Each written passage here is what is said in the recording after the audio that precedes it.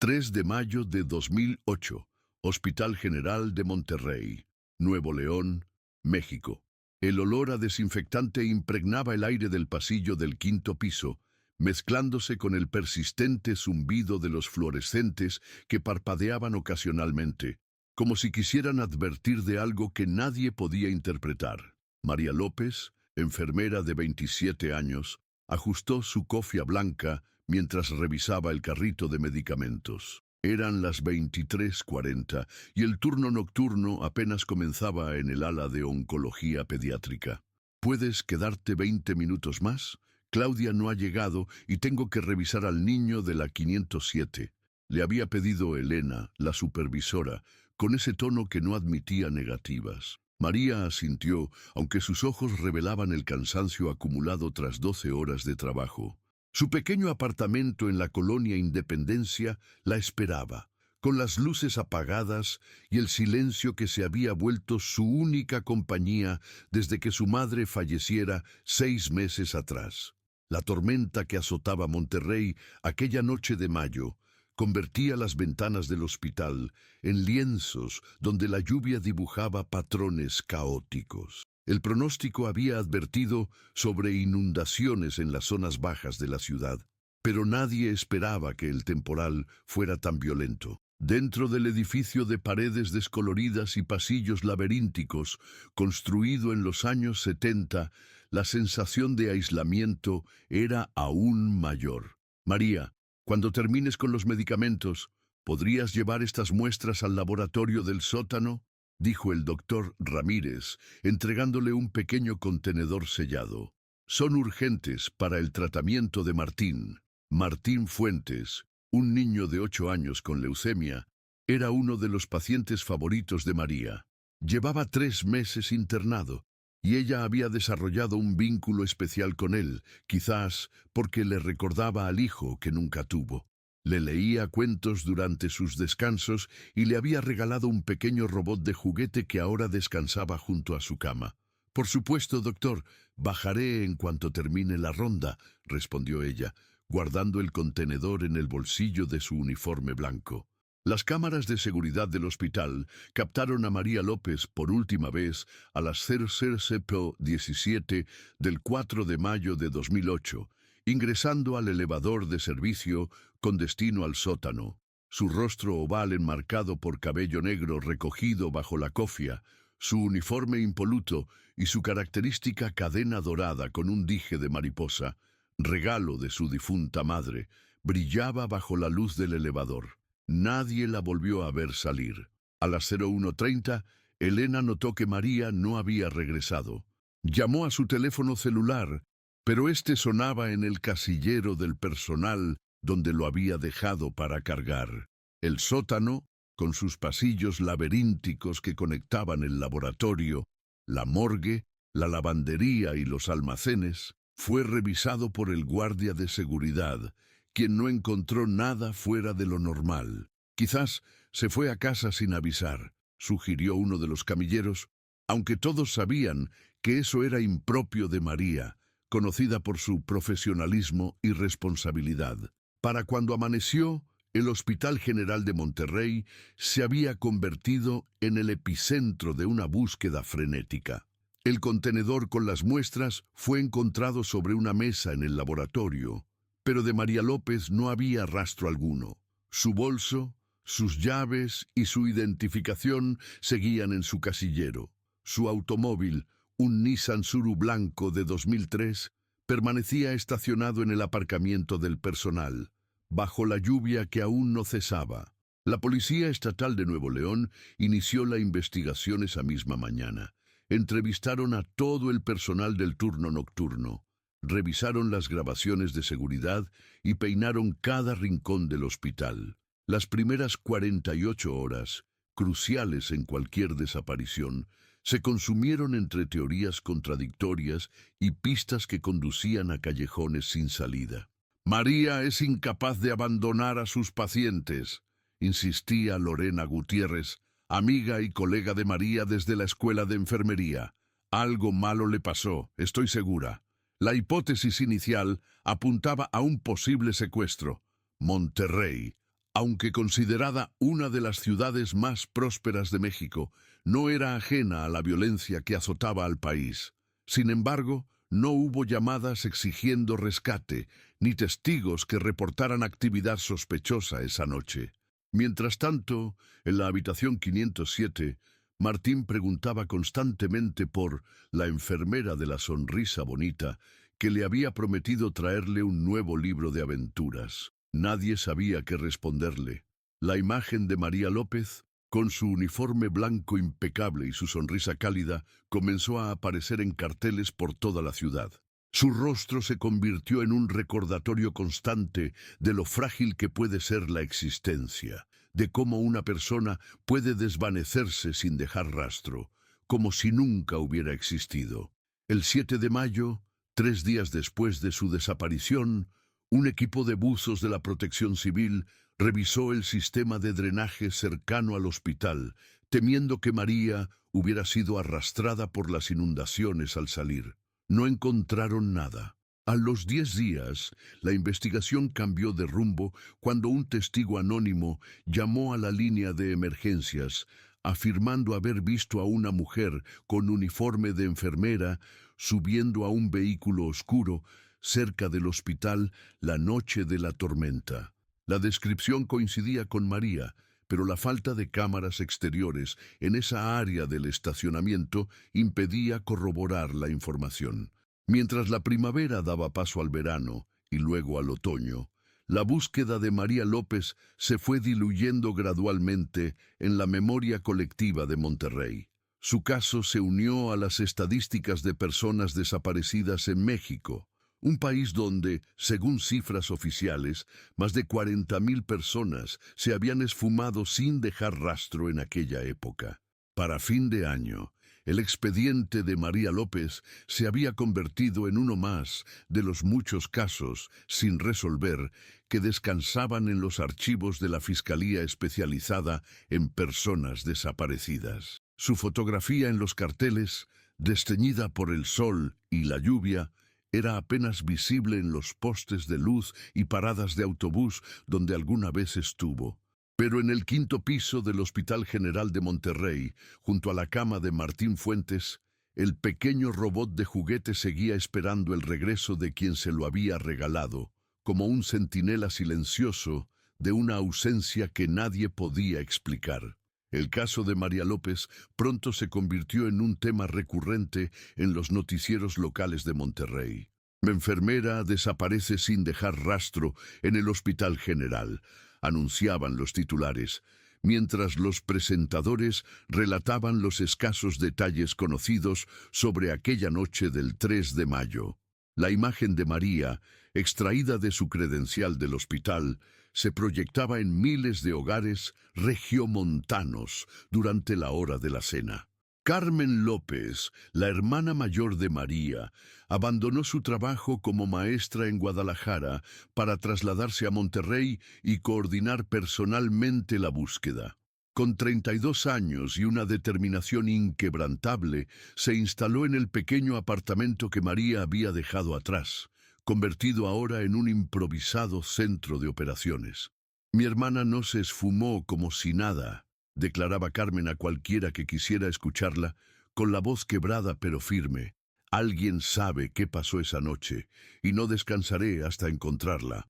Las paredes del apartamento pronto se cubrieron de mapas de Monterrey, fotografías, recortes de periódicos y listas de nombres. Carmen dormía apenas 4 horas diarias, dividiendo el resto de su tiempo entre visitas a hospitales, morgues, albergues y reuniones con autoridades que gradualmente mostraban menos interés en el caso. A finales de mayo, Carmen organizó la primera marcha por María López.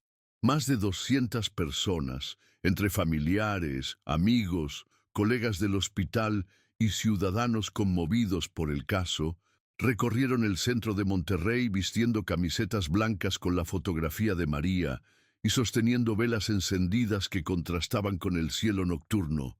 «¡Viva nos la llevaron! ¡Viva la queremos!», coreaban los manifestantes mientras avanzaban hacia el Palacio de Gobierno. Carmen encabezaba la marcha, sosteniendo un cartel con la imagen de su hermana y la pregunta que la atormentaba día y noche: ¿dónde está María? Mientras tanto, en el Hospital General, la administración había implementado nuevas medidas de seguridad: cámaras adicionales, guardias en todos los accesos y un sistema de registro obligatorio para cualquier persona que entrara o saliera del edificio. El doctor Javier Mendoza, director del hospital, aparecía frecuentemente en los medios asegurando que colaboraban plenamente con las autoridades. Estamos haciendo todo lo humanamente posible para encontrar a nuestra querida compañera, declaró en una conferencia de prensa, aunque los rumores entre el personal sugerían que la administración estaba más preocupada por evitar demandas que por encontrar a María. La enfermera Elena Vázquez, última persona que vio a María con vida, sufría ataques de ansiedad cada vez que entraba al elevador de servicio. Solicitó su traslado a otro piso, pero la falta de personal la mantuvo en oncología pediátrica, donde el recuerdo de su colega desaparecida la atormentaba constantemente. Debía haberla acompañado al sótano. Se repetía a sí misma durante sus turnos nocturnos, mientras el sonido de la lluvia contra las ventanas le devolvía la imagen de María ajustando su cofia antes de desaparecer para siempre. El pequeño Martín Fuentes, quien había preguntado insistentemente por María durante semanas, finalmente recibió una respuesta ambigua. La enfermera López tuvo que irse a otro hospital muy lejos de aquí, le explicó su médico tratante, con la incomodidad de quien sabe que está mintiendo a un niño que lucha por su vida. A los 3 meses de la desaparición, la Fiscalía redujo el equipo asignado al caso. Las pistas se habían agotado. Los testigos potenciales habían sido interrogados múltiples veces sin revelar información nueva, y las teorías sobre lo sucedido se diluían entre la falta de evidencia concreta. El agente Rodrigo Hernández, detective principal asignado al caso, se negaba a archivarlo definitivamente. Algo en la desaparición de María López le resultaba inquietantemente familiar, aunque no lograba precisar qué. En sus ratos libres, revisaba una y otra vez las grabaciones de seguridad, los informes de entrevistas y el plano del hospital, buscando algo que todos hubieran pasado por alto. «Hay algo que no encaja», le comentó a su compañero una noche mientras bebían café en una patrulla estacionada frente al hospital. ¿Por qué dejaría las muestras en el laboratorio pero no regresaría a su puesto? Si la secuestraron, ¿cómo salieron del edificio sin ser vistos? La respuesta que recibió fue un encogimiento de hombros y un comentario resignado. A veces la gente simplemente desaparece. Hernández, especialmente en este país. Mientras el caso se enfriaba para las autoridades, Carmen López intensificaba sus esfuerzos. Contactó con organizaciones de derechos humanos, colectivos de familiares de desaparecidos y medios de comunicación nacionales. En octubre de 2008, logró que el caso de María fuera presentado en un programa de televisión nacional dedicado a personas desaparecidas. «Mi hermana dedicó su vida a cuidar de los demás», dijo Carmen ante millones de televidentes, sosteniendo una fotografía donde María sonreía junto a su madre fallecida. «Ahora le pido a México que nos ayude a encontrarla». La emisión generó una oleada de llamadas y correos electrónicos con supuestas pistas, la mayoría infructuosas. Hubo avistamientos de mujeres parecidas a María en Ciudad de México, Tijuana e incluso en Texas, pero ninguno pudo ser confirmado. Uno de esos reportes, sin embargo, llamó la atención del detective Hernández, una antigua empleada de limpieza del Hospital General, despedida 2 semanas después de la desaparición de María. Afirmaba haber escuchado ruidos extraños provenientes de una zona en remodelación del sótano la noche del 3 de mayo, y parecían golpes, como si alguien estuviera atrapado, declaró la mujer, quien no había mencionado este detalle en su interrogatorio inicial porque, según ella, nadie me preguntó específicamente por ruidos, solo por si había visto a la enfermera. Hernández solicitó autorización para realizar una nueva inspección del área mencionada, pero se encontró con la resistencia de la administración hospitalaria, que argumentaba que la zona ya había sido exhaustivamente revisada y que interrumpir nuevamente las operaciones del sótano afectaría el funcionamiento del hospital. Si tienen algo que ocultar, lo encontraré, le advirtió Hernández al doctor Mendoza durante una tensa reunión en la que el médico terminó expulsándolo de su oficina. El detective, determinado a seguir la única pista nueva en meses, recurrió a un antiguo contacto que trabajaba en mantenimiento del hospital para obtener acceso al sótano durante un fin de semana. La inspección clandestina no reveló nada significativo. La zona en remodelación, ahora completamente renovada, funcionaba como almacén de equipos médicos. Las paredes son nuevas, observó Hernández, golpeando ligeramente una de ellas. ¿Cuándo exactamente se terminó esta remodelación? ¿A finales de mayo? Principios de junio de 2008, respondió su contacto. El proyecto ya estaba en marcha ya sabes, antes de que desapareciera la enfermera. Algo en aquella información inquietó al detective, pero sin evidencia concreta, no podía solicitar una orden para derribar paredes basándose en una corazonada. La pista, como tantas otras, quedó registrada en el expediente sin conducir a nada concreto. Para cuando se cumplió el primer aniversario de la desaparición, la intensidad de la búsqueda había disminuido considerablemente. Carmen López seguía organizando marchas mensuales, pero la asistencia rara vez superaba las 50 personas. Los medios ya no cubrían el caso, y las autoridades, enfrentadas a una creciente ola de violencia en todo el país, tenían otras prioridades. El pequeño Martín Fuentes, cuya leucemia había entrado en remisión, fue dado de alta del hospital en junio de 2009. Antes de irse, dejó el robot de juguete que María le había regalado sobre la cama, con una nota escrita con letra infantil. Para cuando vuelvas, no me olvidé de ti. El detective Hernández solicitó su traslado a otra unidad en noviembre de 2009, frustrado por la falta de avances y el creciente desinterés institucional en el caso. Antes de entregar el expediente a su sucesor, añadió una nota personal. No creo que María López haya salido del hospital esa noche. La respuesta está dentro de estas paredes. Mientras tanto, Carmen López comenzaba a mostrar signos del desgaste que la búsqueda incesante había provocado en ella. Su cabello, antes negro como el de su hermana, mostraba mechones prematuramente canosos. Había perdido peso, y las ojeras permanentes enmarcaban unos ojos que raramente mostraban el brillo de la esperanza. A veces siento que estoy buscando un fantasma, le confesó a Lorena Gutiérrez, la amiga de María, durante un café en el segundo aniversario de la desaparición. Pero luego recuerdo su voz, su risa, y sé que tengo que seguir. No puedo abandonarla. Lo que Carmen no podía imaginar era que, mientras ella luchaba contra el olvido, las paredes del Hospital General de Monterrey guardaban silenciosamente la respuesta que tanto anhelaba, esperando el momento de revelar su secreto. 12 de agosto de 2022, Hospital General de Monterrey, 14 años después.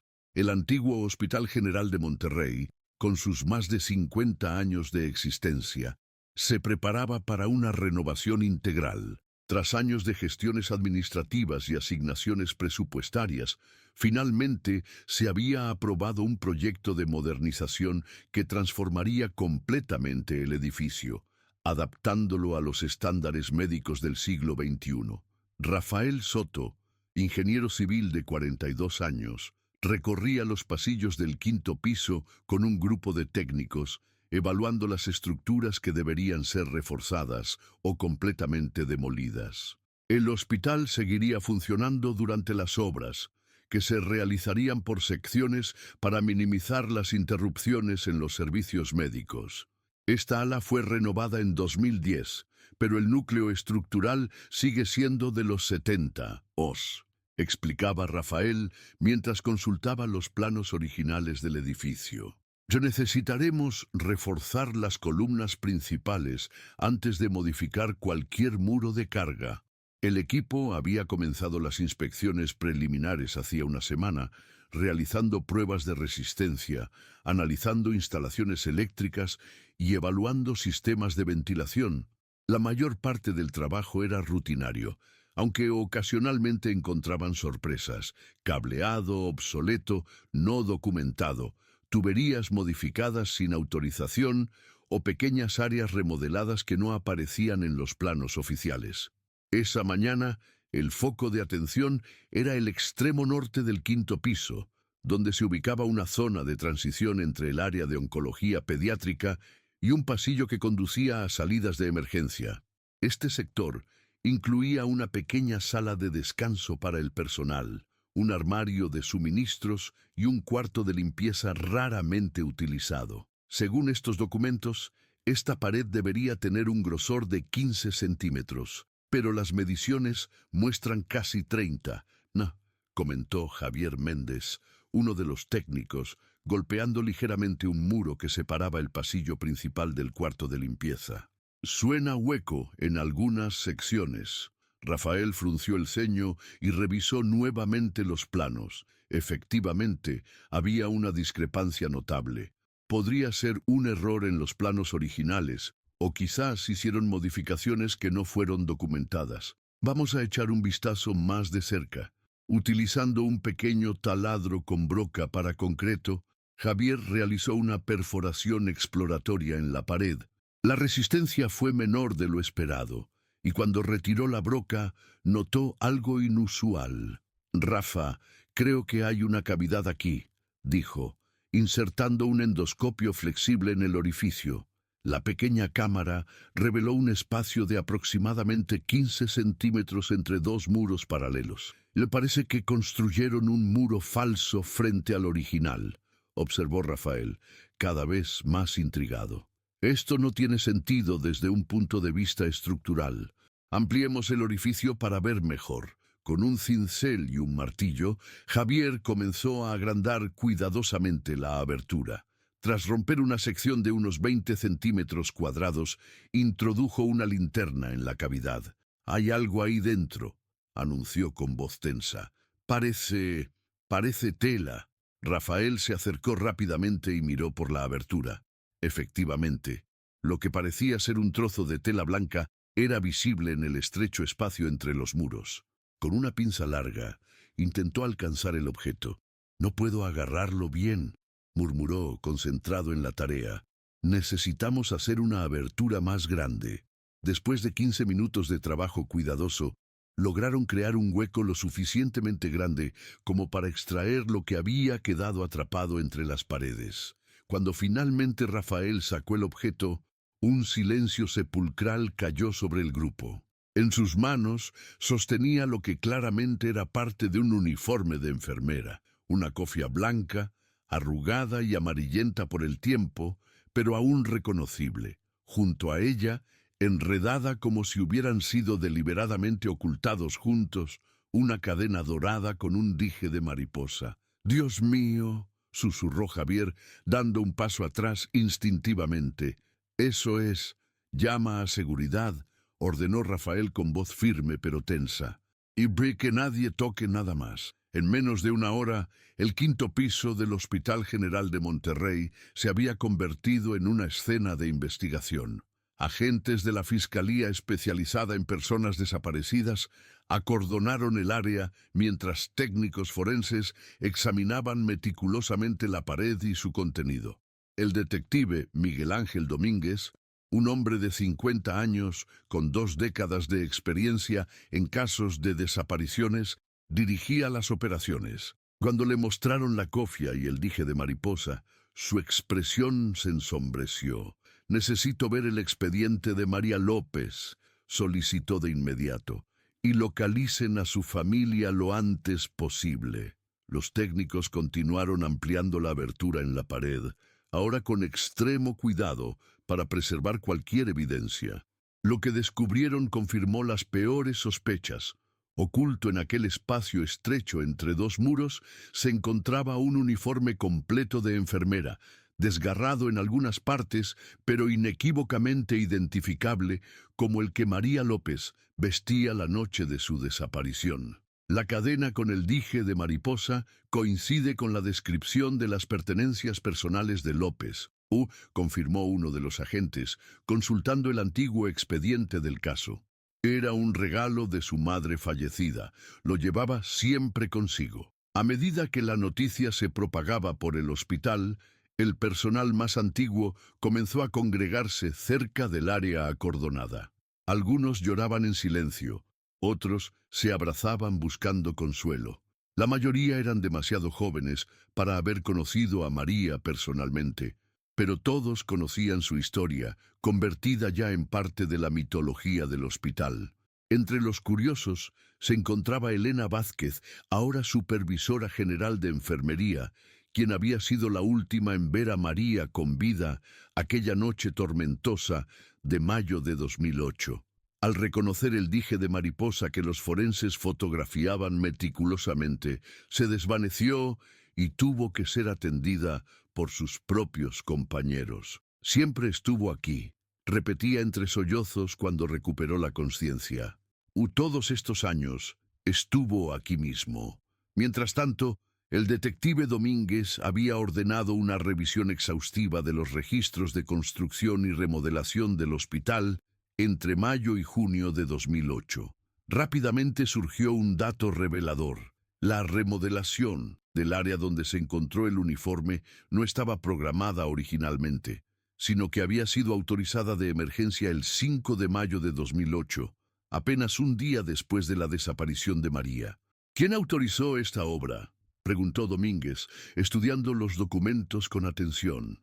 El doctor Javier Mendoza, entonces director del hospital, respondió uno de sus asistentes, aparentemente por daños estructurales causados por las lluvias.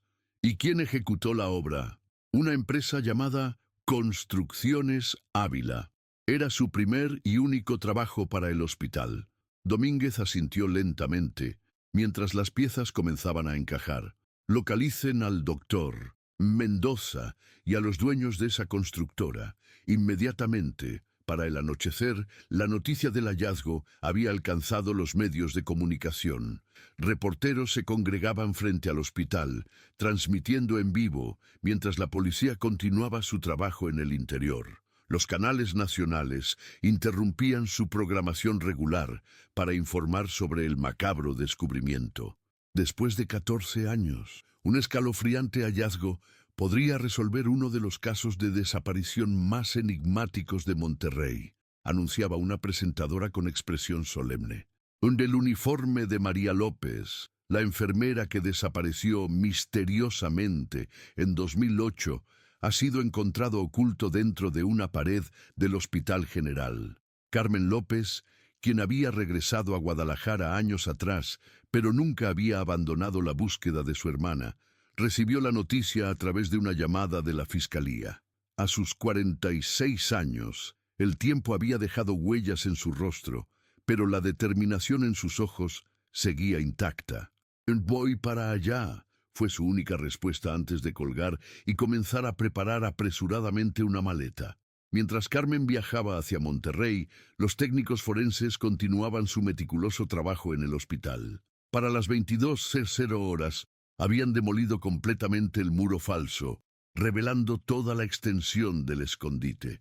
Lo que encontraron junto al uniforme envió una onda de shock a través de todo el equipo de investigación.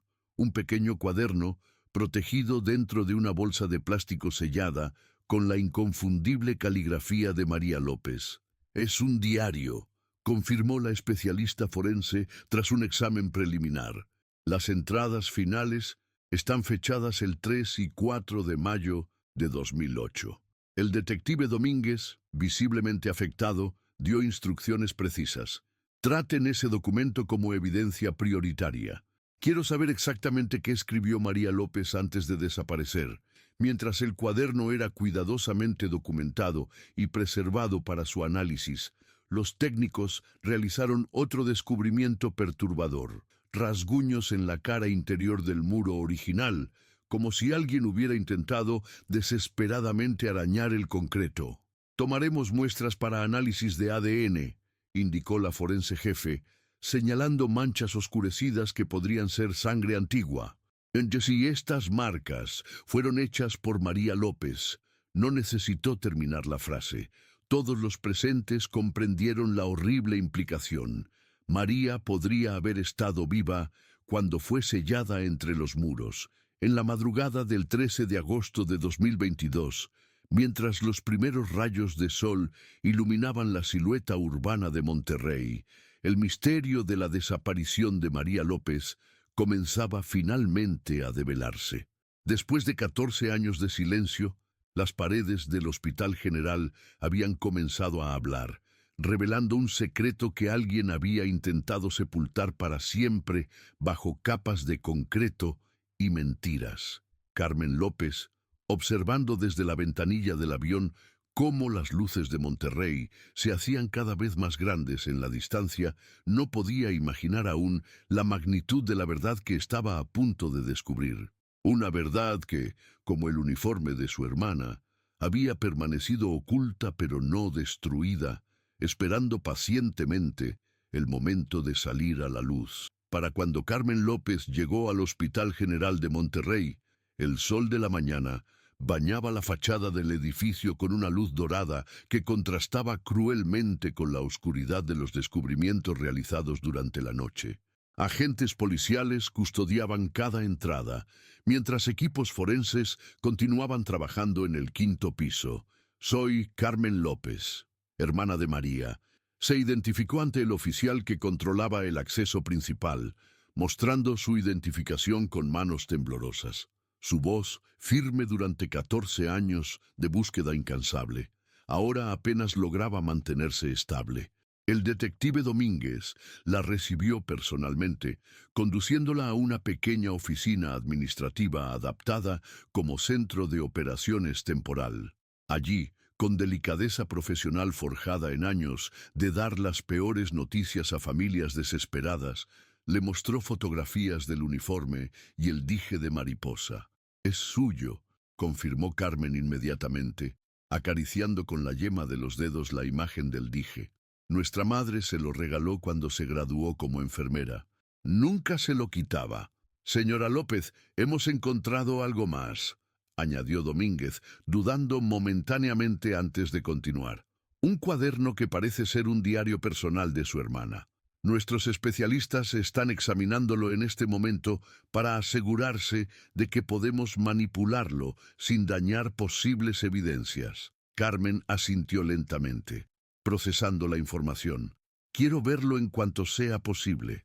María siempre escribía sus pensamientos. Decía que era su forma de poner orden en el caos. Mientras esperaban los resultados preliminares del análisis forense, Domínguez puso al tanto a Carmen sobre los avances de la investigación. El doctor Javier Mendoza, director del hospital en 2008, había sido localizado en Cancún, donde se había retirado 3 años atrás. Las autoridades locales lo habían puesto bajo vigilancia discretamente, a la espera de una orden judicial para su detención e interrogatorio. También estamos tras la pista de los hermanos Ávila, dueños de la constructora que realizó la obra, explicó el detective. Curiosamente, la empresa cerró apenas 6 meses después de la remodelación del hospital y los hermanos se mudaron a Estados Unidos. Estamos coordinando con el FBI para localizarlos. En ese momento, un joven agente entró apresuradamente a la oficina. «Detective, han encontrado algo más en la cavidad de la pared. Creo que debería verlo usted mismo». Domínguez y Carmen siguieron al agente hasta el 5º piso.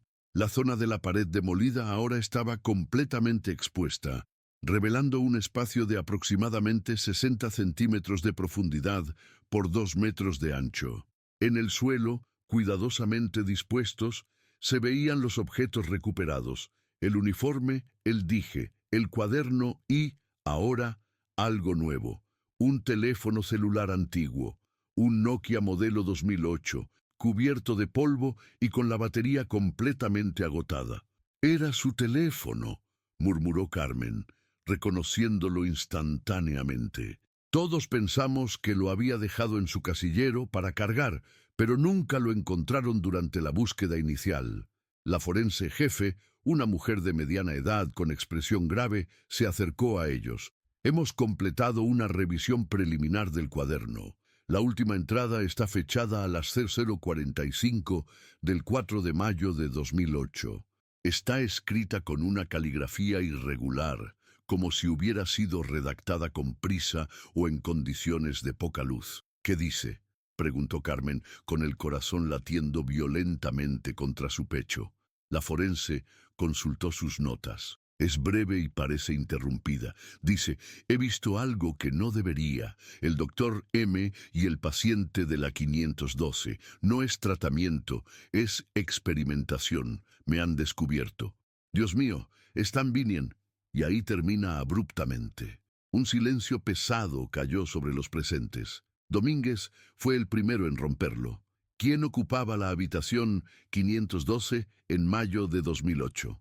Uno de los agentes, que revisaba los registros hospitalarios en una tablet, respondió: un paciente llamado Alejandro Vega, 56 años, diagnóstico oficial, cáncer terminal de páncreas. Falleció el 7 de mayo de 2008. 3 días después de la desaparición de María López. Carmen se llevó las manos a la boca, ahogando un sollozo. La mataron porque descubrió algo, y la escondieron aquí mismo, donde todos la buscábamos. Necesitamos los registros completos de ese paciente, las notas del doctor Mendoza y cualquier documento relacionado con tratamientos experimentales en oncología durante ese periodo. Ordenó Domínguez a su equipo. Y quiero el teléfono en el laboratorio inmediatamente. Si logramos recuperar algún dato, podría ser crucial. Mientras los técnicos continuaban su trabajo, la noticia del diario y su perturbadora última entrada se filtró a los medios. Para el mediodía, cientos de personas se habían congregado frente al hospital, muchos de ellos portando fotografías de María y velas encendidas, a pesar del calor abrasador de agosto. Entre la multitud se encontraba Lorena Gutiérrez, la antigua amiga y colega de María, ahora jefa de enfermeras en una clínica privada.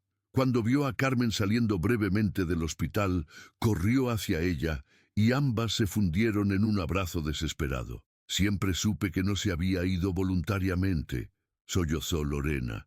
María había comentado algo sobre procedimientos irregulares, pero nunca pensé, nunca imaginé.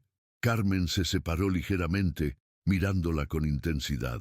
¿Qué te dijo exactamente? Por favor, Lorena, es importante. Lorena respiró profundamente, intentando organizar recuerdos de 14 años atrás. Unos días antes de desaparecer, María mencionó que el doctor Mendoza estaba administrando un tratamiento no autorizado a ciertos pacientes terminales, algo experimental. Dijo que había visto documentos sin sellos oficiales y medicamentos sin etiquetas reglamentarias. ¿Te mencionó al paciente de la 512? ¿A Alejandro Vega? No por nombre, pero recuerdo que estaba especialmente preocupada por un paciente mayor. Dijo que había perdido peso muy rápidamente y que mostraba síntomas que no correspondían con su diagnóstico oficial. Lorena hizo una pausa, como si acabara de recordar algo importante. También mencionó a un médico extranjero que visitaba el hospital con frecuencia, siempre en horario nocturno y sin registrarse oficialmente. Un tal doctor Kravitz o Krantz, no estoy segura. Esta nueva información fue inmediatamente transmitida al detective Domínguez, quien ordenó ampliar la investigación para incluir a este misterioso médico extranjero. Esa tarde, mientras los forenses continuaban analizando meticulosamente cada centímetro de la cavidad en la pared, el laboratorio técnico logró un avance significativo. Habían conseguido extraer la tarjeta SIM del teléfono de María y recuperar parcialmente su contenido. Hay varios mensajes de texto enviados, pero nunca entregados, informó el técnico, todos de la madrugada del 4 de mayo de 2008, entre las 00:30 y las 01:15 aproximadamente. Los mensajes, dirigidos a Lorena Gutiérrez y a la propia Carmen, Confirmaban lo que el diario había sugerido. Lo que están haciendo no es ético ni legal. He tomado fotos de los expedientes. Hablaré con la dirección médica mañana. 0032. Creo que el doctor M me ha visto copiando documentos. Actuaba extraño. Voy a guardar las pruebas en mi casillero y salir de aquí. 047. Alguien me sigue. Estoy en el sótano, cerca del laboratorio. Si no te llamo en 20 min, avisa a seguridad. 0103. Me han encerrado. Escucho voces. Son el doctor M y alguien más. Están hablando de silenciarme. Dios mío, ayuda. No 15. Este último mensaje nunca había salido del teléfono, aparentemente enviado cuando la señal ya era inexistente desde el lugar donde María había sido atrapada. Los análisis forenses del uniforme y las muestras tomadas de las paredes internas revelaron manchas de sangre que coincidían con el tipo de María, así como residuos de cloroformo en la tela. El escenario que emergía era tan claro como aterrador. María había sido emboscada, probablemente sedada, y luego llevada a un área en remodelación donde fue sellada viva dentro de una falsa pared construida apresuradamente. Los rasguños en el concreto y las marcas en sus uñas sugieren que recuperó la conciencia y trató desesperadamente de escapar, explicó la forense jefe a Domínguez y Carmen, con profesionalismo que apenas ocultaba su horror ante los hallazgos. Basándonos en los patrones de los arañazos y la cantidad de tejido bajo sus uñas, estimamos que sobrevivió al menos 24 a 36 horas dentro de la pared. Carmen, quien había mantenido una compostura admirable hasta ese momento, finalmente se derrumbó ante la imagen mental de su hermana luchando en la oscuridad, atrapada y abandonada a una muerte lenta y aterradora. Mientras tanto, en Cancún, el doctor Javier Mendoza era detenido por agentes federales mientras intentaba abordar un vuelo privado hacia Belice. Entre sus pertenencias encontraron un pasaporte falso y una considerable cantidad de dinero en efectivo. Su expresión, captada por las cámaras de seguridad del aeropuerto, era la de un hombre que sabía que su pasado finalmente lo había alcanzado. En la madrugada del 14 de agosto, apenas 48 horas después del descubrimiento inicial, otro desarrollo sacudió la investigación. Uno de los hermanos Ávila, Ernesto, se había puesto en contacto con el consulado mexicano en Los Ángeles, expresando su deseo de entregarse y cooperar con las autoridades a cambio de protección para su familia. «Ya no puedo vivir con esto», declaró en una videollamada preliminar con agentes mexicanos. «Nunca supimos que había alguien ahí dentro. Nos dijeron que era una renovación urgente por daños estructurales, que teníamos que trabajar de noche para no interrumpir las operaciones del hospital. Para cuando escuchamos los golpes, ya habíamos sellado casi toda la pared». La confesión de Ernesto Ávila proporcionó el eslabón que faltaba en la cadena de eventos. El doctor Mendoza y un colega extranjero, el doctor Klaus Krantz, habían estado realizando experimentos no autorizados con un tratamiento experimental en pacientes terminales, falsificando resultados y ocultando muertes prematuras. María había descubierto documentación incriminatoria y fue silenciada permanentemente. Mendoza nos pagó el triple de la tarifa normal y nos amenazó para que nunca habláramos del trabajo, continuó Ávila. Cuando supimos de la enfermera desaparecida, conectamos los puntos, pero teníamos demasiado miedo. Krantz tenía conexiones con gente peligrosa. Cerramos la empresa y huimos a Estados Unidos. He vivido con esta culpa durante 14 años. A medida que la investigación avanzaba, más detalles escabrosos salieron a la luz. El doctor Klaus Krantz, identificado como un investigador suizo que había sido expulsado de varios países europeos por prácticas médicas cuestionables, había estado utilizando el Hospital General de Monterrey como laboratorio clandestino para probar compuestos experimentales con la complicidad de Mendoza. Los registros de los pacientes tratados revelaron al menos 12 muertes sospechosas entre 2007 y 2008, todas atribuidas oficialmente a la progresión natural de sus enfermedades. Las autopsias nunca fueron realizadas y los cuerpos fueron cremados rápidamente por recomendación médica para prevenir infecciones. Alejandro Vega, el paciente de la habitación 512, aparentemente había mostrado una reacción particularmente adversa al tratamiento experimental, desarrollando síntomas neurológicos severos que María había notado y documentado en notas personales que mantenía separadas de los registros oficiales. Estas notas, que María había ocultado en su casillero la noche de su desaparición, nunca fueron encontradas durante la investigación original. Se presumía que Mendoza las había destruido, junto con cualquier otra evidencia comprometedora. El caso se convirtió rápidamente en un escándalo nacional e internacional. Médicos, enfermeras y pacientes de todo México exigían justicia para María López, convertida ahora en símbolo de integridad profesional y víctima de la corrupción institucional. Carmen, aunque devastada por la confirmación de la muerte de su hermana, encontraba cierto consuelo en finalmente conocer la verdad y ver a los responsables enfrentando la justicia. En una emotiva conferencia de prensa, anunció la creación de la Fundación María López, dedicada a proteger a profesionales de la salud que denunciaran malas prácticas médicas. Mi hermana dio su vida por hacer lo correcto, declaró con voz firme. Su sacrificio no será en vano. Ninguna otra María López morirá por defender a sus pacientes y la ética médica. Mientras los procedimientos legales contra Mendoza, Krantz, capturado en Argentina una semana después, y los hermanos Ávila seguían su curso, la historia de María López se convertía en tema de conversación nacional, inspirando documentales, libros y hasta propuestas legislativas para fortalecer la protección de denunciantes en el sector salud.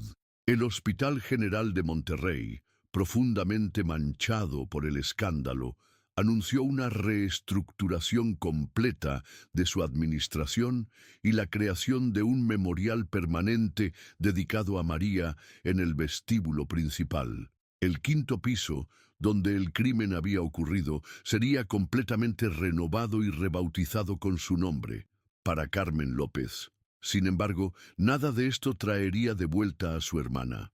En los momentos de soledad, lejos de cámaras y micrófonos, se permitía recordar a María no como la mártir en que se había convertido, sino como la joven alegre y dedicada que soñaba con hacer del mundo un lugar mejor, un paciente a la vez. «Te encontré, hermanita», susurraba mientras sostenía el dije de mariposa, ahora limpio y restaurado, que había recuperado de la evidencia una vez concluidos los análisis forenses. «Ahora puedes descansar en paz». Pero el caso de María López estaba lejos de cerrarse completamente. El quinto capítulo de esta tragedia apenas comenzaba a escribirse, con revelaciones que sacudirían los cimientos no solo del Hospital General de Monterrey, sino de todo el sistema de salud mexicano. Enero de 2023, 5 meses después del descubrimiento, el juicio contra el doctor Javier Mendoza se había convertido en uno de los más mediáticos de la historia reciente de México. Cada día, decenas de reporteros y cientos de ciudadanos se congregaban frente a los juzgados de Monterrey para seguir un proceso que había captado la atención nacional por su combinación de negligencia médica, experimentación ilegal, corrupción institucional y por supuesto, el asesinato brutal de María López. Carmen asistía puntualmente a cada sesión, sentada siempre en primera fila, con la mirada fija en el hombre que había ordenado emparedar viva a su hermana. A sus 46 años, Carmen se había convertido en el rostro público de una causa que trascendía el caso individual de María, la lucha por la transparencia y la ética en el sistema de salud mexicano. «No busco venganza, busco justicia y cambio», declaraba constantemente a los medios. De que ninguna otra familia tenga que esperar 14 años para conocer la verdad. En esta fría mañana de enero, el tribunal se preparaba para escuchar el testimonio más esperado del proceso, el de Ernesto Ávila, quien había aceptado declarar contra Mendoza y Krantz a cambio de una reducción en su propia sentencia. Ávila, visiblemente nervioso pero determinado, relató con detalle escalofriante los eventos de aquella noche de mayo de 2008. Recibimos una llamada urgente del doctor Mendoza alrededor de las 01:30 de la madrugada, testificó. Dijo que necesitaba una reparación de emergencia en el hospital. Cuando llegamos, nos llevaron directamente al 5º piso por una entrada de servicio. El doctor Mendoza y otro hombre, a quien después identifiqué como el doctor Krantz, estaban allí. Ávila hizo una pausa, visiblemente afectado por los recuerdos. Nos mostraron una sección de pared y nos dijeron que debíamos construir un muro paralelo inmediatamente, sellando el espacio. Dijeron que había una fuga de material radioactivo peligroso contenida temporalmente y que debíamos trabajar rápido y en silencio para no causar pánico. ¿En algún momento vio usted a María López?, preguntó el fiscal. No, señor. La zona ya estaba acordonada con plásticos, supuestamente para contener la radiación. Nos dieron trajes protectores y nos dijeron que no debíamos mirar detrás de los plásticos bajo ninguna circunstancia, por nuestra propia seguridad. ¿Cuándo comenzó a sospechar que algo estaba mal? Ávila bajó la mirada con expresión de profunda vergüenza. Hacia el final del trabajo, cuando estábamos sellando las últimas secciones, escuchamos algo, golpes débiles y lo que parecía un gemido. Le pregunté al doctor. Mendoza y él dijo que era el sistema de ventilación del hospital, que hacía ruidos extraños por la noche, pero entonces su voz se quebró. Entonces escuché claramente una voz de mujer pidiendo ayuda. Un murmullo recorrió la sala del tribunal. Carmen, sentada rígidamente, no apartaba la mirada de Ávila. ¿Y qué hizo usted al escuchar esos pedidos de ayuda?, insistió el fiscal. Nada, respondió Ávila, con lágrimas resbalando por sus mejillas. Dios me perdone, no hice nada. Tenía una familia que mantener, deudas, y el doctor Mendoza nos había amenazado. Nos dijo que si hablábamos, nos pasaría lo mismo que a la persona que estaba detrás de esa pared. El testimonio de Ávila continuó durante horas, detallando cómo Mendoza les había pagado una suma considerable en efectivo, cómo les había ayudado a conseguir documentos falsos para salir del país, y cómo durante años habían vivido con el constante temor de ser descubiertos. Para cuando terminó su declaración, no quedaba duda en la mente de nadie en la sala. María López había sido deliberadamente emparedada viva por descubrir los experimentos ilegales de Mendoza y Krantz. El doctor Klaus Krantz, extraditado desde Argentina, se enfrentaba a un juicio separado por múltiples cargos, incluyendo experimentación ilegal en humanos, falsificación de registros médicos, homicidio culposo por las muertes de los pacientes y complicidad en el asesinato de María. Su defensa se basaba en alegar que desconocía las acciones de Mendoza respecto a la enfermera, pero los correos electrónicos recuperados entre ambos contradecían esta versión. Mientras el proceso judicial seguía su curso, la Fundación María López, creada por Carmen, había iniciado una investigación independiente que pronto reveló que el caso iba mucho más allá del Hospital General de Monterrey. Lorenzo Vidal, un reconocido periodista de investigación que se había unido a la fundación, descubrió conexiones entre Krantz y una red internacional de investigadores que realizaban pruebas no autorizadas de compuestos experimentales en varios países latinoamericanos y africanos. Estamos frente a un esquema sistemático de explotación, explicó Vidal en una presentación ante organizaciones de derechos humanos. Fármacos rechazados en Europa y Estados Unidos por efectos secundarios graves o eficacia no comprobada son reciclados, en países con regulaciones más laxas o sistemas de supervisión deficientes. La investigación revelaba cómo compañías farmacéuticas utilizaban intermediarios como Krantz para probar compuestos en pacientes vulnerables, principalmente en hospitales públicos con recursos limitados y escrutinio reducido. Los resultados exitosos eran documentados, los fracasos y muertes ocultados. El caso de María López había destapado involuntariamente una de las cajas de Pandora del sistema de salud global, la experimentación médica no ética que utilizaba a pacientes del tercer mundo como conejillos de indias. En marzo de 2023, cuando el juicio contra Mendoza entraba en su fase final, otro desarrollo sacudió el caso. Elena Vázquez, la supervisora que había sido la última en ver a María con vida aquella noche y quien ahora ocupaba un alto cargo administrativo en el hospital, intentó suicidarse dejando una extensa carta confesión. «No puedo seguir viviendo con esta culpa», escribió. «Yo fui quien le dijo a Mendoza que María había descubierto los expedientes. Pensé que solo la despedirían o la transferirían. Nunca imaginé».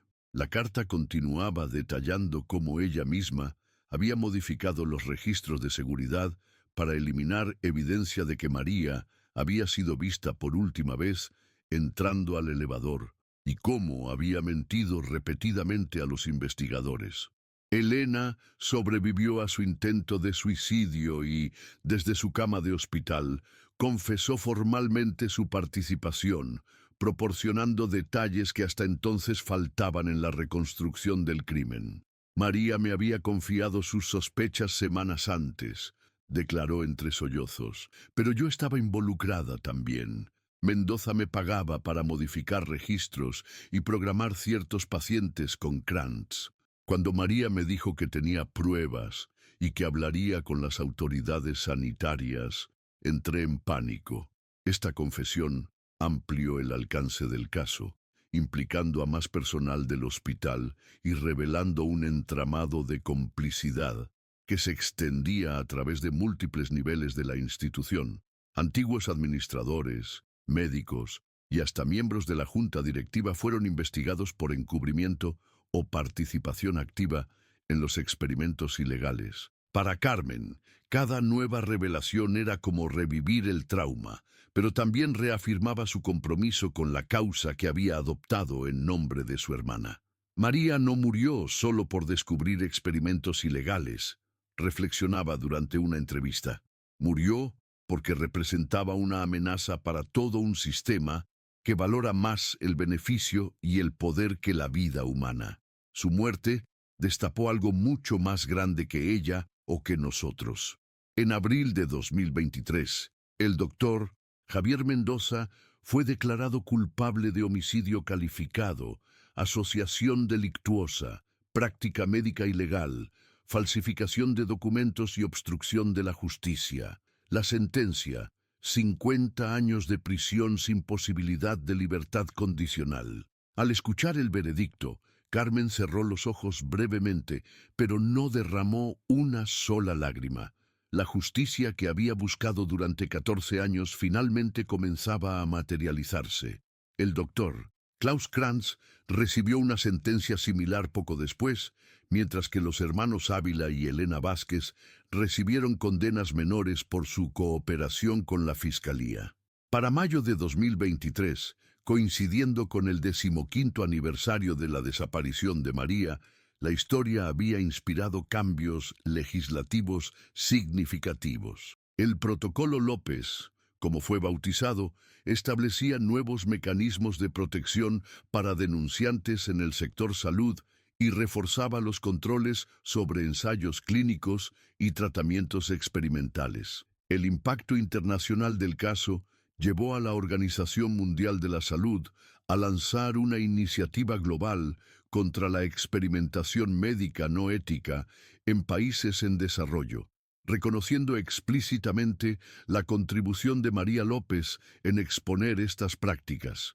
En Monterrey, el Hospital General, completamente renovado y bajo nueva administración, inauguró el pabellón María López, en el antiguo quinto piso, ahora convertido en un moderno centro de tratamiento oncológico pediátrico. En el centro del vestíbulo principal, una estatua de bronce mostraba a María con su uniforme de enfermera, sosteniendo la mano de un niño pequeño. La placa, sencilla pero poderosa, rezaba: por aquellos que dan su vida cuidando la de los demás. Durante la ceremonia de inauguración, entre las cientos de personas reunidas, se encontraba un joven de 23 años que observaba la estatua con especial emoción. Martín Fuentes, aquel niño con leucemia a quien María había regalado un pequeño robot de juguete 15 años atrás. Ella me salvó la vida, literalmente, le contó a Carmen cuando se conocieron ese día. No solo por cuidarme durante mi tratamiento, sino porque decidí convertirme en enfermero gracias a ella. Quería ser como María, ayudar a otros como ella me ayudó a mí. Martín, ahora enfermero oncológico pediátrico, llevaba en su bata una pequeña insignia con forma de mariposa, idéntica al dije que María siempre había usado. Todos los enfermeros oncológicos pediátricos en México la llevamos, explicó. Es nuestro símbolo, nuestro recordatorio del juramento que hacemos, proteger siempre a nuestros pacientes, cueste lo que cueste. Para Carmen, ver este legado vivo de su hermana era el consuelo más grande que podía imaginar. María había muerto de la forma más terrible posible, pero su espíritu, sus valores y su compromiso con los pacientes vivían en cada profesional de la salud inspirado por su historia. En el cementerio de Monterrey, donde finalmente los restos de María López habían encontrado descanso digno, Carmen colocó un ramo de flores blancas junto a una lápida de mármol sencillo. El epitafio, elegido cuidadosamente, capturaba la esencia de la mujer que había sido y del símbolo en que se había convertido. María López, 1981-2008. Enfermera, hija, hermana, heroína. Su luz, sellada entre muros, encontró forma de brillar aún más fuerte. Mientras Carmen se alejaba lentamente por el sendero del cementerio, una mariposa amarilla revoloteó brevemente sobre la tumba de María antes de alzar el vuelo hacia el cielo claro de Monterrey. Un símbolo de transformación, de vida que continúa de formas inesperadas, de legados que trascienden muros, tiempo y muerte. La historia de María López, la enfermera que desapareció una noche tormentosa de mayo y fue encontrada 14 años después en una pared sellada, nunca sería olvidada. Se había convertido en parte del tejido social de México, un recordatorio permanente de que la verdad, no importa cuán profundamente sea enterrada, siempre encuentra forma de salir a la luz. Y en cada rincón del Hospital General de Monterrey, en los pasillos que María una vez recorrió con su uniforme blanco impecable, su presencia se sentía todavía en las reformas implementadas, en los protocolos reforzados, en las vidas salvadas gracias a su sacrificio involuntario. El quinto piso, donde una vez existió una pared que ocultaba un crimen atroz, era ahora un espacio de sanación y esperanza. La oscuridad que había envuelto aquel rincón del hospital durante 14 años se había disipado finalmente, revelando una verdad dolorosa pero necesaria. Y así, el legado de María López continuaba, no como un fantasma atrapado entre muros, sino como una luz guía para todos aquellos comprometidos con la verdad, la ética y el cuidado genuino del prójimo en su momento más vulnerable.